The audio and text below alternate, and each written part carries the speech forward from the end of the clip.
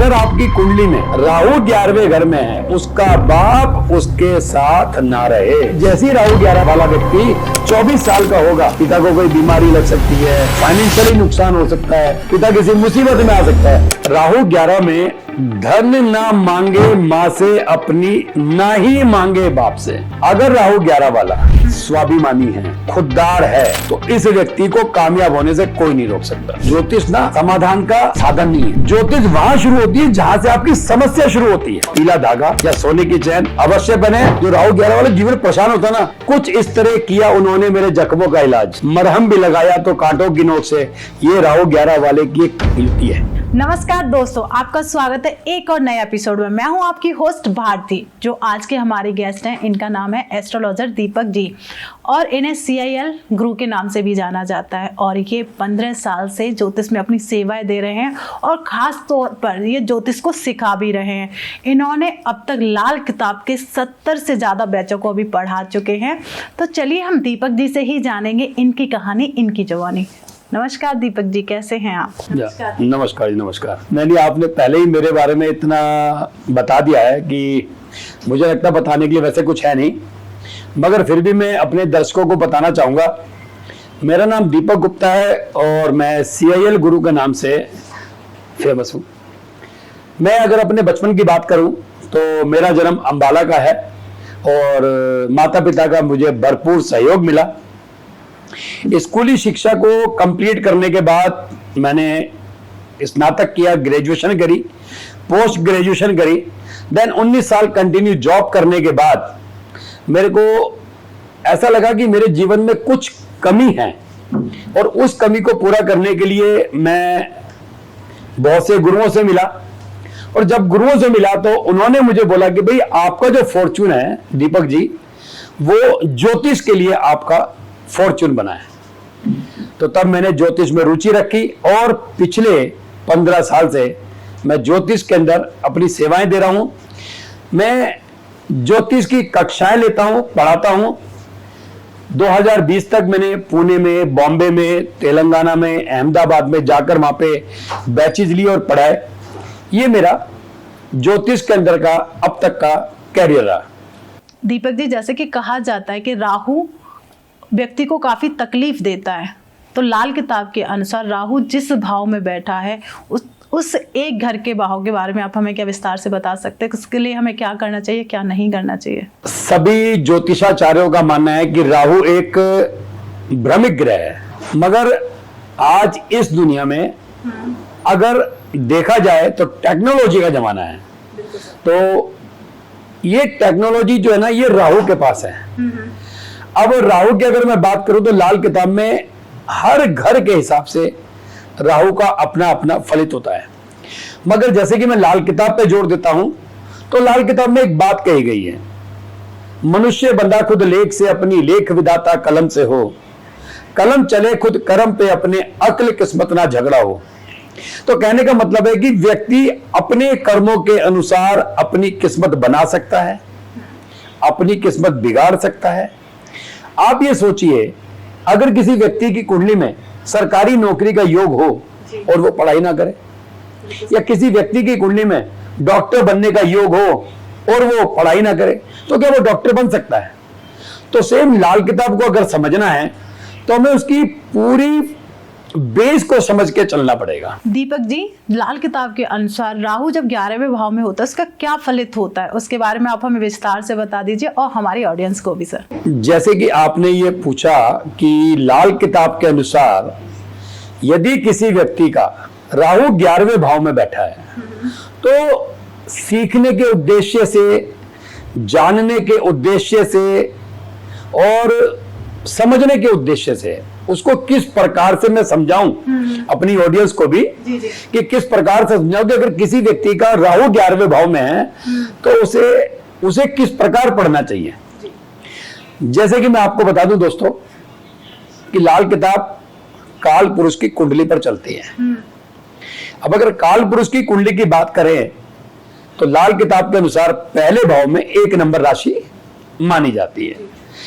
अब जैसे कि भारती जी ने बोला कि राहु अगर 11वें भाव में है तो उसका फलित कथन क्या होगा, तो देखा जाए 11वें भाव में शनि की राशि पड़ गई, राहु वहां बैठा है, शनि जज है, राहु पुलिस है। ये आप जानते हैं कि हर जज को एक पुलिस वाला अलॉट किया जाता है उसकी सुरक्षा के लिए या उसके सम्मान के लिए। बिना पुलिस के कोई केस कोर्ट में लगेगा नहीं, और जब तक केस कोर्ट में लगेगा नहीं तब तक जज के सामने जाएगा नहीं। तो कहने का मतलब है राहु 11 को अगर पढ़ना है तो हमें ये समझना है कुंडली का 11वां घर शनि का घर, और लाल किताब के हिसाब से ये घर बृहस्पति का घर भी है, क्योंकि जितना ज्ञान जज के पास है, मान लो कोई एक वकील है जो उसको 40 साल का तजुर्बा है, और एक जज है जो 36 साल की एज का है, और 36 साल की एज के जज ने अगर कोई ऑर्डर पास कर दिया तो 40 साल के तजुर्बे के वकील की कोई बात नहीं मानी जाएगी। तो ये घर बृहस्पति का घर भी है। तो कुंडली का 11वां घर शनि का घर, यहां बृहस्पति का भी घर। अब बृहस्पति हवा है, राहु कड़वा धुआं है। आप घर में जब पराठे बनाते हैं या दाल में छोका लगाते होंगे तो एक धुआं उड़ता है जो हमारे लिए असहनीय है, इसको कड़वा धुआं कहते हैं। अब वहां पे क्या होता है, हमें खिड़की खोलनी पड़ेगी उस धुएं को बाहर निकालने के लिए, या हमें एग्जॉस्ट फैन चलाना पड़ेगा उस धुएं को बाहर निकालने के लिए। इसका मतलब है वहां पे जो साफ हवा थी उस राहु ने वो खराब कर दी। तो यहां कहते हैं राहु 11 में बृहस्पति बर्बाद हो जाता है। राहु 11 बृहस्पति बर्बाद। तो राहु 11 का फलित कथन यह हुआ कि अगर किसी व्यक्ति का राहु 11वें घर में है तो उसकी शिक्षा में तकलीफ आएगी। बृहस्पति बर्बाद हो गया। अब दादा का सुख कम मिलेगा, यह भी बृहस्पति का कारक है। इस व्यक्ति की सांस की तकलीफ ज्यादा होगी। राहु 11 में सिंपल सी बात है कि बृहस्पति खराब हो रहा है, तो इस व्यक्ति को कहीं ना कहीं मुसीबतों का सामना करना पड़ेगा। अब लाल किताब में देखा जाए तो पहला जो घर है ना, और जो 11वां घर है, पहले घर में जो ग्रह होता है उसकी टांगे 11वां घर है। मतलब पहले घर में जो ग्रह है वो बिना 11वें घर के ग्रह से नहीं चलता। अब राहु 11 में, इसका मतलब 11वां घर हमारी टांगे भी है। तो राहु 11 में अगर किसी का है तो शरीर जितना मर्जी मोटा हो लेकिन टांगे पतली मिलेंगी। शिक्षा में रुकावट आ सकती है, शिक्षा दूर जाके कर सकता है। शिक्षा हो सकता है कि उसको पूरे 12 साल 12वीं क्लास तक में 3 स्कूल बदलने पड़े। हो सकता है कि अच्छे नंबर ना आने की वजह से उसको आगे ब्रेक लेना पड़े। बहुत सारी प्रॉब्लम। दीपक जी, लाल किताब में 11वें भाव में जब राहु होता है तो कुछ पंक्तियां हैं जो लिखी हुई हैं, जैसे बड़े नाम बदनाम, जब सीना जोरी कसम खा के बेचेंगे सब माल चोरी। इसके बारे में आप क्या हमें विस्तार से बता सकते हैं? कितनी बड़ी बात है। राहु 11 में पंडित रूपचंद जोशी जी को मैं एक बार दोबारा दिल से नमन करता हूं। इतनी प्यारी बात उन्होंने लिखी कि बड़े बदनाम नाम, माल खा के चोरी, बेचेंगे सीना जोरी।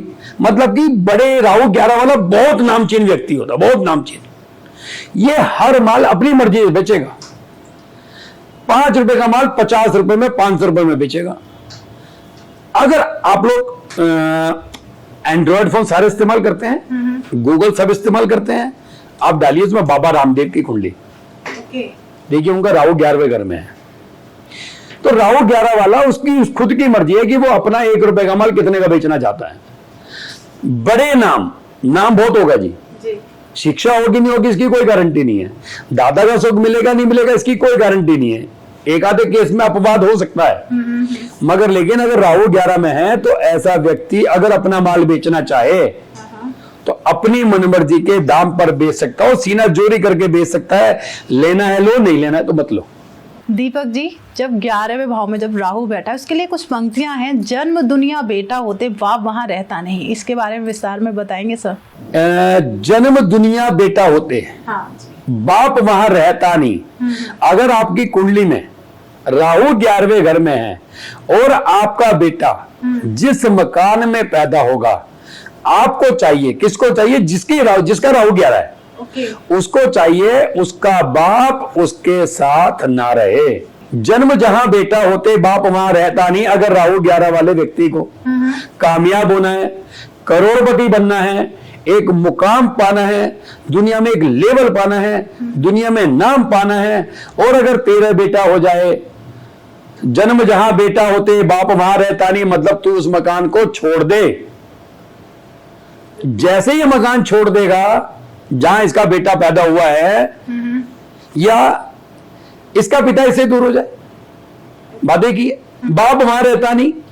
भाई राहु 11 वाले के बेटा हो गया तो बाप कौन हो गया? तो दादा, या तो ये अपने दादा का मकान छोड़ दे या ये अपने बेटे से दूर हो जाए। या मेरा है, मान लो मेरा राहु 11 है तो मेरा बेटा पैदा हुआ तो मुझे वहां से अलग होना पड़ेगा अगर कामयाब होना है तो। एक लाइन थी ना शुरू में जी, वो राहु 11 बृहस्पति बर्बाद। हाँ। अगर मान लो राहु 11 में बेटा हो गया तो बर्बाद कौन होगा? बृहस्पति। इससे पहले उसके दादा को तकलीफ आए, उस कुंडली वाले के पिता को तकलीफ आए। तो बृहस्पति बर्बाद होने कब हो रहा था? जब राहु 11 वाला वो था। तो जैसे ये बेटे से अलग हो जाएगा या ये अपने बाप से अलग हो जाएगा तो राहु 11 जागृत हो जाएगा और ये व्यक्ति दुनिया का नामचीन व्यक्ति कहलाएगा। दीपक जी, जब 11वें भाव में राहु होता है तो उसके लिए कुछ लाइनें और भी हैं, जैसे शनि बैठा 5, तीजे योगी अलंकार हो, तो इसके बारे में कुछ बताएंगे सर आप? इसका मतलब है कि लाल किताब की भाषा में बात करें तो 11वें घर में जो ग्रह होता है ना, उसको दृष्टि मिलती है खाना नंबर 3 से। ओके। और 11वें भाव में जो ग्रह है उसका कनेक्शन 5वें घर से भी है जी। इसका मतलब है 11वें घर को कहां से कनेक्शन मिल रहा है? 3 और 5 से। 3 और 5 से। तो जैसे मैंने शुरू में बताया कि घर किसका है? शनि का है। बेटा कौन है? राहु है। शनि कौन है? जज है। राहु कौन है? पुलिस है। अब अगर राहु 11 वाला तीसरे या 5वें घर में शनि आ जाए जी। तो योगी अलंकार। योगी अलंकार का मतलब है ये व्यक्ति योगी भी होगा और व्यापारी भी होगा। ओके। तो राहु 11 के समय यदि कुंडली के तीसरे और 5वें घर में शनि बैठा हो तो ऐसे व्यक्ति योगी अलंकार, नामचीन योगी होते हुए भी अच्छा व्यापारी होगा। अब बात आती है कि मान लो सर शनि किसी का तीसरा घर खाली है। हाँ। अब उस केस में क्या करें? तो लाइन ही बोली कि ना शनि बैठा 5 तीजे, तो तीसरे घर में शनि को ले आओ। तीसरा घर लाल किताब के हिसाब से माना जाए तो हमारी कलाई है।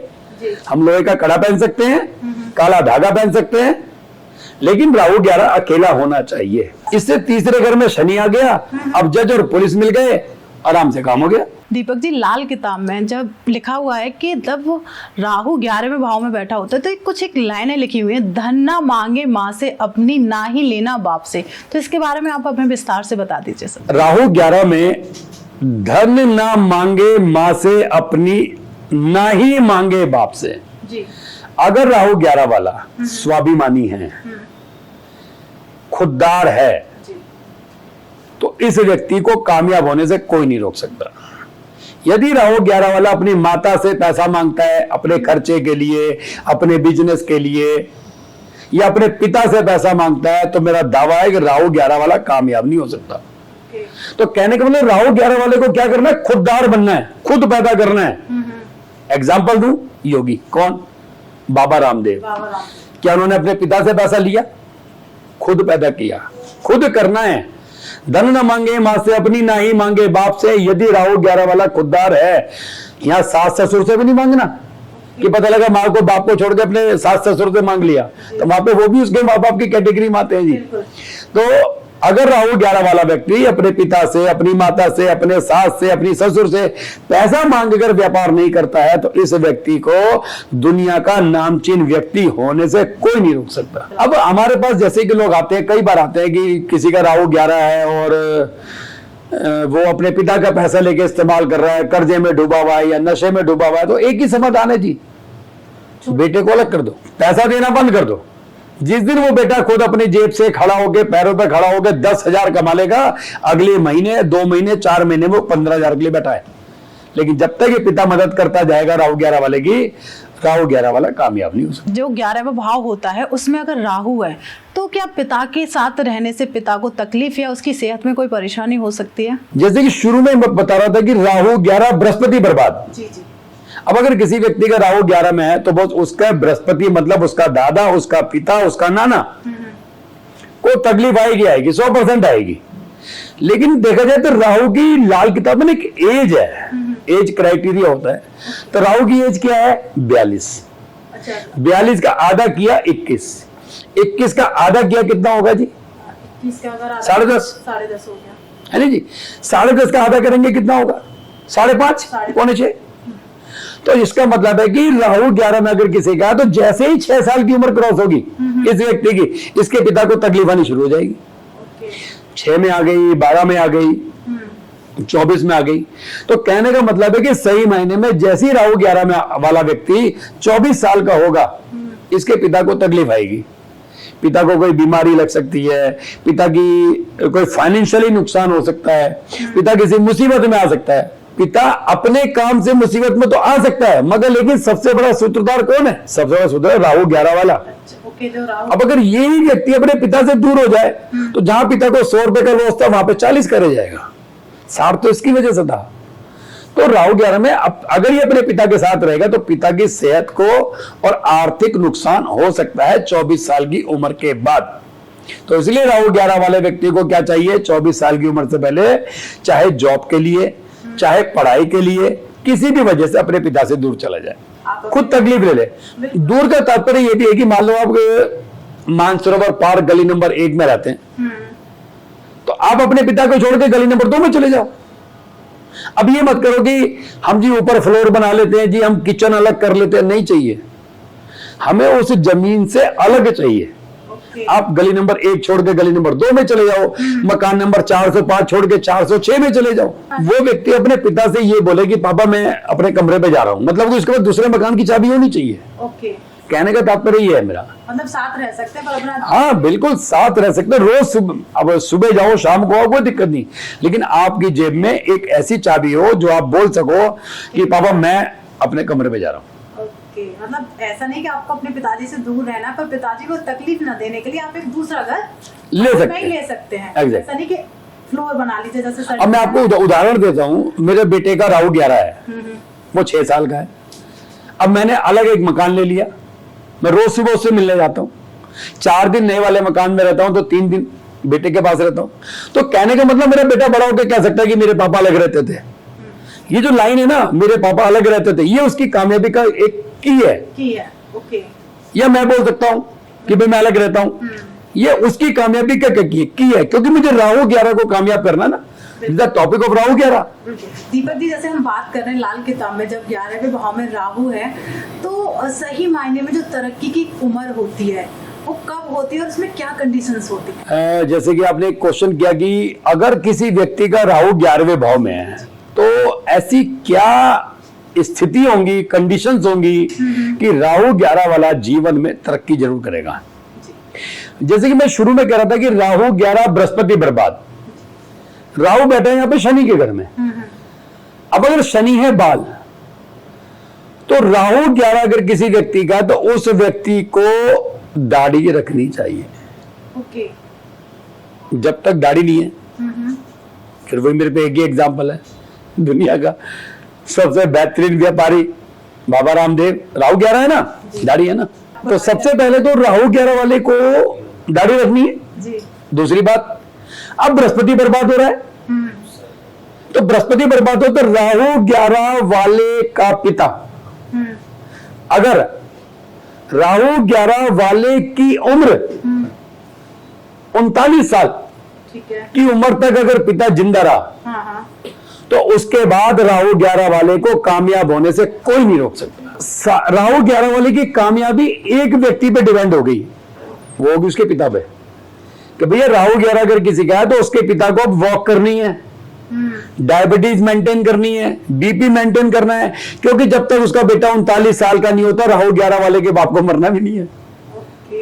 अब राहु 11 में किसी का उसका फादर बचपन में चला गया, बहुत तकलीफ से जिंदगी कटेगी। अब राहु 11 में अगर उसका पिता 39 साल का मिनिमम 39 तक जिंदा रहा, तो इसको कामयाब होने से कोई नहीं रोक सकता। और अगर गलती से इसका पिता इसके 48 तक जिंदा रह गया, तो फिर तो इसको करोड़पति, अरबोपति, खरबोपति बनने से कोई नहीं रोक सकता। लेकिन डिपेंड करता है उसके वर्क प्रोफाइल पे।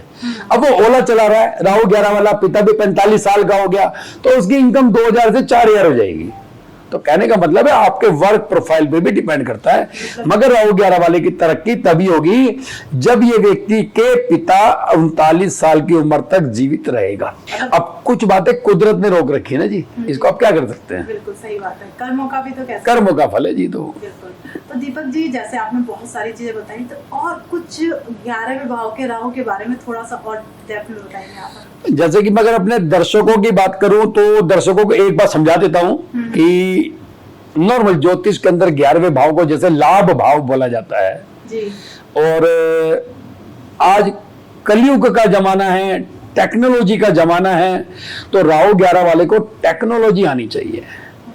जब तक इसके अंदर टेक्नोलॉजी नहीं आएगी, जैसे मोबाइल को सही मायने में 70% फंक्शन हम लोग इस्तेमाल नहीं करते, तो 30 तो बच्चा भी कर लेता है। हाँ। अगर 4 साल के बच्चे को अगर हम दे दे फोन, तो यूट्यूब चलाना, इंस्टाग्राम की रील चलाना, बंद करना, उसकी वॉल्यूम बढ़ाना, वॉल्यूम घटाना, स्विच ऑफ करना, फ्लाइट मोड डालना, ये तो वो करता है, वो हमसे भी ज्यादा जानता है। लेकिन राहु 11 में उसको टेक्नोलॉजी नहीं है उसके पास, उसको मोबाइल से पोस्टर बनाना नहीं आता, मोबाइल से सर्टिफिकेट बनाना नहीं आता, मोबाइल से कोई ग्रीटिंग कार्ड बनाना नहीं आता, तो राहु 11 कामयाब नहीं है। तो टेक्नोलॉजी चाहिए, जब तक ये टेक्नोलॉजी में नहीं जाएगा तब तक राहु 11 कामयाब नहीं है, क्योंकि ये लाभ भाव है। अब लाभ कहां से मिलेगा? वहां से मिलेगा। और बेसिकली इस व्यक्ति को तिगड़मबाज, जब तक राहु 11 हुई ना, अपना माल सीना चोरी करके कैसे बेचेगा बंदा, जब तक तिगड़मबाज नहीं होगा। तिगड़मबाज का मतलब है इस व्यक्ति को टैक्स की चोरी करनी आनी चाहिए, चालाकी आनी चाहिए। अब शनि के घर में बैठा है, शनि सांप है, शनि जज है, और भैया अगर इसको मैनिपुलेशन नहीं आती, हाँ। तो आप क्या करोगे भाई? पुलिस है ना, पुलिस ही तो रस्सी का सांप बना सकती है, तो मैनिपुलेशन इस व्यक्ति के अंदर आनी चाहिए। और दूसरा उपाय की अगर बात करें, तो राहु 11 में बृहस्पति बर्बाद हो रहा था, तो इस व्यक्ति को बृहस्पति धारण कर ले, जैसे सोने की चैन। बच्चा है, पीला धागा। सर्दियां हैं तो सोने की चैन जितनी ज्यादा मोटी पहनेगा उतना ज्यादा फायदा होगा। आजकल तो गर्मी में तो स्नैचिंग का जमाना है ना जी, अब क्या करे तो पीला धागा पहन ले, और पीला धागा तो उसको थोड़ा सा माला बनाकर पहने, गंदा हो जाए फेंक दो, 5 रुपए का धागा आता है। अदरवाइज आप सोने की चैन पहने। और दूसरी बात, राहु के साथ अगर बृहस्पति बैठा है 11वें घर में, अब लोहे का कड़ा नहीं पहनना। क्यों? लोहे का कड़ा पहनोगे शनि पे जाएगा, हाँ। शनि 3 में जाएगा। अब शनि वहां से 11वें घर को देखेगा, शनि बृहस्पति को देखेगा। शनि है लोहा, बृहस्पति है सोना। लोहे की हथौड़ी सोने पे मारो या सोने की हथौड़ी लोहे पे मारो, मरेगा तो सोना जी। तो ऐसे केस में इस व्यक्ति को जब बृहस्पति राहु दोनों बैठा हो 11वें घर में, तो इसको लोहे का कड़ा पहनना है, ये ध्यान रखना है। राहु 11 में पीला धागा पहनना है। राहु 11 अकेला है तो भी इसको लोहे का कड़ा पहनना है। तो बृहस्पति राहु इकट्ठा है तो भी लोहे का कड़ा पहनना है, क्योंकि जज अपने वहां से अपने घर को देख रहा है, तो वहां पे बचाव हो जाएगा। ये हमें बड़ी बात ध्यान रखनी चाहिए। राहु 11 हर ग्रह के हिसाब से देखना पड़ेगा। चंद्रमा बैठा है तो क्या बात करनी है, मंगल बैठा है तो कैसे होगा। लेकिन अगर राहु 11 की बात करूं तो इस व्यक्ति को जीवन में अगर लाइफ के अंदर अगर सक्सेस चाहिए, सबसे पहले पिता से अलग हो, उस मकान से अलग हो जिस मकान में इसने जन्म लिया है। सबसे पहले भाई मान लो ये मुखर्जी पार्क में 335 नंबर मकान में जन्म लिया, तो जितनी जल्दी इसका पिता इस मकान को छोड़ देगा, इस बेटे को उस मकान से दूर कर देगा, तो इस बेटे की भी तरक्की और बाप की भी तरक्की, दोनों की तरक्की है। तो कह सकते हैं ना, अगर समझने के लिए तो बहुत आसान सी चीज है। 11 भाव वाले अगर है राहु, तो सिंपल सा आप जहाँ आपके बेटे का बर्थ हुआ है या फिर बेटा इस वीडियो को देख रहे हैं, जहाँ आपका जन्म हुआ उस जगह को छोड़ के आप थोड़ा सा बराबर में शिफ्ट हो जाइए, कोई प्रॉब्लम्स नहीं आएंगे और तरक्की होगी। हमें ना फॉर्मेट समझना है। बिल्कुल, एक फॉर्म है, वहां पे लिखा है MR/MS/MRS। अब आप है सिंगल, लेडी है, सिंगल है, उसने मिसेज पे टिक किया, आपका फॉर्म रिजेक्ट है। फॉर्म रिजेक्ट है जी, कोई ऑप्शन नहीं है। तो इसी तरह से किसी भी ग्रह को पढ़ने का एक फॉर्मेट है। बिल्कुल सही बात। अगर आप उस फॉर्मेट से बाहर गए तो काम खत्म। फॉर्मेट के अंदर रहेंगे, एज इट इज जैसा फॉर्म कह रहा है वैसा फॉर्म भरेंगे, तो आपका फॉर्म भी एक्सेप्ट होगा और आपकी ग्रीवेंस भी लगेगी और आपका सिलेक्शन भी होगा। जितना मैं समझ पाई हूँ दीपक जी, कहने का है कि दुखी होने से अच्छा बहुत आसान सा आपने एक फॉर्मेट बताया है, बस उस फॉर्मेट में काम करना है। उसमें मुझे लगता है कि आपको कुछ नहीं करना, बहुत सिंपल सा है जो इजी वे में हो भी जाएगा। बेसिकली क्या ना, लोग एक बार दोबारा अपने मित्रों को बता दो, ज्योतिष ना समाधान का साधन नहीं है।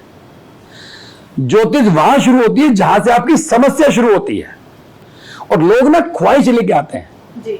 हमने बोला कि भाई एक काम करो, आप पिताजी से थोड़ा सी दूरी बनाओ। वो कहता जी नहीं जी वो तो पॉसिबल नहीं है। तो हम उसको एक दवाई बता रहे हैं, वो उसको पहले मना कर रहा है कि जी मैं कैप्सूल नहीं खा सकता, मैं टैबलेट नहीं खा सकता, मैं इंजेक्शन नहीं लगवा सकता। तो फॉर्मेट की शुरुआत ही वही है जी, आप कुछ नहीं कर सकते उसके अंदर। वो कह सकते हैं ना, जब तक आप मेडिसिन नहीं लोगे तो बीमारी अब उपाय का तो मतलब ये है कि मान लो किसी को डायबिटिक है, वो डॉक्टर के पास गया, डॉक्टर ने 1000 रुपए कंसल्टेंसी ली, उसको दवाइयां लिखी, साथ में एक चीज लिखी, 5 सफेद चीज मत खाओ, दूध मत खाओ, चीनी मत खाओ, पनीर मत खाओ, चावल मत खाओ, आलू मत खाओ। अब आप नहीं छोड़ रहे, तो डॉक्टर क्या कहेगा, फीस देते जाओ, दवाई लिखवाते जाओ, फीस देते जाओ, दवाई लिखवाते जाओ। अब हमने आपको बोला कि भाई सोने की चैन पहनो, अब आप कहते हो जी हमारा बजट नहीं है। हमने बोला पीला धागा पहनो, आप कहते हो जी मैं कॉर्पोरेट में काम करता हूं जी, मैं धागा नहीं पहन सकता, बड़ा अजीब सा लगेगा। तो ठीक है, अब हमारी कंसल्टेंसी फीस देते जाओ और उपाय लिखवाते जाओ। तो बचना है तो केवल फॉर्मेट के अंदर काम करना पड़ेगा। तो सही बात है, सर ने बहुत बड़ी बात कही है कि अगर आपको इन सारी चीजों से बचना है, फिर आप ब्लेम करते हैं, सिंपल सी है, मैं इस एस्ट्रोलॉजर के पास गया, मुझे ये बेनिफिट नहीं हुआ, मैं वहां गया, तो आप, सर ने कहा ना, आप फीस देते रहिए और या तो फॉर्मेट को फॉलो कर लो। और मैं तो अपने दर्शकों को ये कहना चाहूंगा कि आप इसको सीखें। बार बार किसी चीज को जब हम पढ़ते हैं ना, जब तक वो आपके जहन में नहीं जाएगी, आपके खून में नहीं जाएगी, तब तक यकीन मानना वो काम भी नहीं करेगी। अब जैसे कि मैंने आपको राहु 11 का बताया, तो मेरे ख्याल से अगर 100 लोगों के सबकॉन्शियस माइंड में ये बात बैठ गई, तो जैसे ये बात बैठेगी ना, देखना ये ग्रह उतनी ही स्पीड से काम करना शुरू कर देता है। बिल्कुल सही है। एक होता है सुनना, एक होता है मानना, एक होता है समझना। सुनने की एक उम्र होती है, 10 साल 12 साल 15 साल के बच्चे को आप खूब सुनाओ, वो सुन लेगा। 15 साल से लेकर 35 साल की उम्र तक वो मानता है कि मुझे साइन थीटा पढ़ना है, मुझे कॉस थीटा पढ़ना है, मुझे अलजेब्रा पढ़ना है, मुझे फिजिक्स पढ़नी है। लेकिन 35 के बाद उसको समझना है, ना तो उसने सुनना है ना उसने मानना है। क्योंकि 35 के बाद ना तो साइन थीटा काम आता, ना कॉस थीटा काम आता, ना अलजेब्रा काम आती। वहां प्रैक्टिकल का जीवन का सार काम आता है, वहां पे उसे समझना है, उसकी एक उम्र होती है। कह सकते हैं। सर दीपक जी, मुझे एक जो हमारे ग्रह हैं उनके बारे में थोड़ा सा आप डेप्थ में बताएंगे। देखिए ये जो 9 ग्रह है ना, आप इसको इस तरह से मान के चलिए, ये आपके परिवार के 9 सदस्य हैं। ठीक है। हर ग्रह तंग करता है, तो परिवार का कोई ना कोई एक सदस्य ऐसा होता है जो शायद इरिटेट करता हो। आपके घर के जो 9 सदस्य, 9 सदस्यों में आप भी एक हैं, मतलब अब बचे आपके अलग से 8 बचे। अब 8 सदस्य आपसे केवल 8 बातें मत चाहते हैं। जैसे आपकी मदर चाहती हैं कि भाई तुम टाइम से घर आ जाओ और घर पे खाना खा लो। वाइफ चाहती है कि भाई आप बाहर कोई गलत काम मत करो, भाई टाइम से आ जाओ, माहौल सही नहीं है, घर में बैठ के सारे जने बैठ के टीवी देखेंगे। बेटा चाहता है कि पापा मैं वीकेंड पे बाहर ले जाओ। बेटी चाहती है कि पापा मेरी एक्टिविटीज में मेरे साथ थोड़ा एंजॉय करो। फादर चाहते हैं भाई 10 मिनट मेरे साथ बैठ के बात किया करो। भाई चाहता है यार कि कभी कभार तू मेरे साथ भी बैठा कर, कुछ डिस्कशन करते हैं, बिजनेस में मेरा हाथ दे दे, हाथ बटा। ये जो 8 लोग हैं, ये आपसे 8 एक्सपेक्टेशन कर रहे हैं जी। आप किसी भी एक व्यक्ति की एक्सपेक्टेशन छोड़ दो। आपकी वाइफ ने बोला कि टाइम से आ जाओ, मत जाओ, उसी दिन आपके घर में झगड़ा हो जाएगा। आपके बेटे ने बोला कि हमें वीकेंड पे ले चलो, आप 2 साल लेके मत जाओ, उसी दिन देखना वो 2 साल के बाद क्या हालत करेगा। तो कहने का मतलब ये 9 जो ग्रह है ना, हमें इनके द्वारा जो जिस घर में ग्रह बैठा है वो उसकी बात ही तो माननी है। भाई राहु 11, मैंने बोला सोने की चैन, आपने कहा लो जी पहन ली। मैंने बोला पापा से दूर रहो, आपने कहा लो साहब हो गया। मैंने बोला कि भाई दाढ़ी बढ़ाओ, आप फ्रेंच कट रख लो, दाढ़ी बढ़ा लो, आपने रख ली। जो ग्रह कह रहा है वही तो कर रहे, कोई अलग से तो कर नहीं रहे। सही बात। सिंपल है, 9 ग्रह आपके रिश्तेदार हैं, आपने उनको खाली उनके हिसाब से, उनकी जो एक्सपेक्टेशन है उनको आपने उसी को मानना है। सिंपल है। लाल किताब के ना बेसिकली रिश्तों को बनाने वाली किताब, सिद्धांत पे टिकी हुई है ना। ओके। लाल किताब के बारे में ऐसे बहुत कुछ सुनने को भी मिला है कि उसके ना आजकल उपाय बहुत ज्यादा, आपने भी देखे होंगे ना, रील्स पे बहुत ज्यादा उपाय आते हैं। तो जैसे आपने तो बताया सीधा एक फॉर्मेट है, फॉर्मेट की तरीके से आप चलिए, तो क्या ये गुमराह करने के लिए नहीं है? क्या आपको नहीं गुमराह, किताब के नाम से आप उस उपाय को, जो व्यक्ति जो एस्ट्रोलॉजर रील बना रहा है वो अपनी जगह सही है। ठीक है। मेरे को डायबिटीज है, मेरे को एक डॉक्टर ने मुझे लिखी कि आप ग्लाइसोम भी खाओ, मैंने ले ली। मैं अपने एक दोस्त के पास गया, उसने कहा मैं तो ये वाली शुगर की गोली खाता हूँ, फिर मैंने वो ले ली। फिर मैं अपने एक रिश्तेदार के घर गया, उसने कहा तो तुम तो बहुत हल्के लेवल की गोली खाते हो, आप ये वाली खाओ। मैंने देखा अच्छा बड़ा पत्ता, बिल्कुल बेहतरीन, मतलब देखने में लग रहा था कि अमीरों वाला पत्ता है। और मैंने वो टैबलेट ले ली, उसमें कॉम्बिनेशन एक ही है, साल्ट जो है ना वो सब में एक है। जी। अब सबके उपाय सेम है, ऐसा नहीं कोई अलग है, बस हमारे करने का तरीका बदल गया। या तो हम स्कूल में अगर हम हैं तो हम स्कूल में जो टीचर पढ़ा रही है हम उसी फॉर्मेट को पढ़ते हैं ना, बिल्कुल। आप वो पढ़ लो उसके बाद आप पास। लेकिन उसी दौरान आप टीचर बदल दोगे, ट्यूशन टीचर बदल दोगे, अपनी बुक बदल दोगे, नहीं मम्मी रामजय स्कूल में तो ये वाली किताब से पढ़ाते मैं इससे पढ़ूंगा, या बाल भारती स्कूल में तो इस किताब से पढ़ाते मैं इससे पढ़ूंगा, तो आप पास नहीं हो सकते। तो आपको फॉर्मेट एक ही पकड़ना पड़ेगा जो आपकी लाइफ का पार्ट है। चाहे आप स्कूलिंग लाइफ देख लो या जीवन की लाइफ जीवन का एक तजुर्बा देख लो, सब में एक फॉर्मेट लेके चलना पड़ेगा। तो दीपक जी, जैसे हमारे ऑडियंस है हमारे इस पॉडकास्ट को देखेगा, अगर आपसे वो कनेक्ट करना चाहती है या ज्योतिष के बारे में सीखना चाहती है तो आपसे किस तरीके से कनेक्ट कर सकती है? दर्शकों, मैं आपको बता दूं कि मैं 2012 से ज्योतिष के अंदर आया था। 2012 में 12-13 साल हुए मैं। उससे पहले रुचि थी, या आप कह सकते हो कि सरसरी तौर पे मैं देखता था। तो 2014 से मैं इसको पढ़ा भी रहा हूं और अब तक लाल किताब के 70 बैच में ले चुका हूं। और वैसे तो मेरा और भी सब्जेक्ट है, कृष्णमूर्ति पद्धति है। और 2017 में मैंने मोबाइल न्यूमरोलॉजी दुनिया के सामने लाके खड़ी की थी, जिसका जन्मदाता भी मैं ही हूं। तो अगर आप ज्योतिष सीखना चाहते हैं, सही में फॉर्मेट के रूप में सीखना चाहते हैं, स्टेप बाय स्टेप सीखना चाहते हैं, तो आप मेरे से संपर्क कर सकते हैं। मेरा नंबर आपको पॉडकास्ट में लाइव दिख रहा होगा, लाइन में, तो आप मुझे जब मैं संपर्क कर सकते हैं। तो मतलब सर ने बहुत आसान तरीके से बता दिया है कि अगर आपको सर से कनेक्ट करना है तो देखिए नंबर तो आ ही रहा है, बहुत कुछ सीखने को मिलेगा। लाइफ को आप कितनी इजी वे में चला सकते, फॉर्मेट आपको सीखना है। जैसे स्कूलिंग में हम पढ़ते हैं ना, उसी तरीके से सर के साथ आप ज्योतिष के बारे में सीखे। जरूरी नहीं कि आप करिए, सिर्फ आप अपने लिए भी सीखे। जो बिल्कुल, जब आप अपने लिए सीखेंगे तो आप अपनी लाइफ को इजी कर सकते हैं, सक्सेस बहुत इजीली आप पा सकते हैं। तो कह सकते हैं ना, सर बार बार कह रहे थे कि आप बहुत जल्दी ऊंचाइयों को छू सकते हैं, तो बहुत इजी है, सर से कनेक्ट करिए। तो दीपक जी, मुझे तो आपसे बात करके काफ़ी अच्छा भी लगा, बहुत कुछ सीखने को मिला। तो आप एक लास्ट हमारे ऑडियंस को क्या मैसेज देना चाहिए? राहु 11 में एक बड़ी बात प्यारी सी है। जो राहु 11 वाले जीवन परेशान होता ना, कुछ इस तरह किया उन्होंने मेरे जख्मों का इलाज, कुछ इस तरह किया उन्होंने मेरे जख्मों का इलाज, मरहम भी लगाया तो कांटों की नोक से। ये राहु 11 वाले की एक युक्ति है। इतना परेशान होता है राहु 11 वाला, जो भी उसकी मदद करता है, राहु 11 वाले को लगता है कि वो उसके साथ खेल रहा है। तो अगर आपका राहु 11 में है और अगर आप परेशान हैं तो आप पीला धागा या सोने की चैन अवश्य पहने, मगर पूरी कुंडली का विश्लेषण अवश्य कराएं, किसी से भी कराएं जरूर, क्योंकि जीवन में एक बार सही डॉक्टर मिलना जरूरी है। अगर मिल गया तो आपकी लाइफ, आपकी दवाएं, बेहतरीन दवाएं बंद की जा सकती है और लाइफ को बढ़ाया जा सकता है। अगर हमें जीवन में कामयाब होना है तो अपना सीधा कदम और अपना सीधा हाथ उठाना चाहिए, बढ़ाना चाहिए। कदम मंजिल को पाने के लिए और हाथ हमसे मिलने के लिए। धन्यवाद।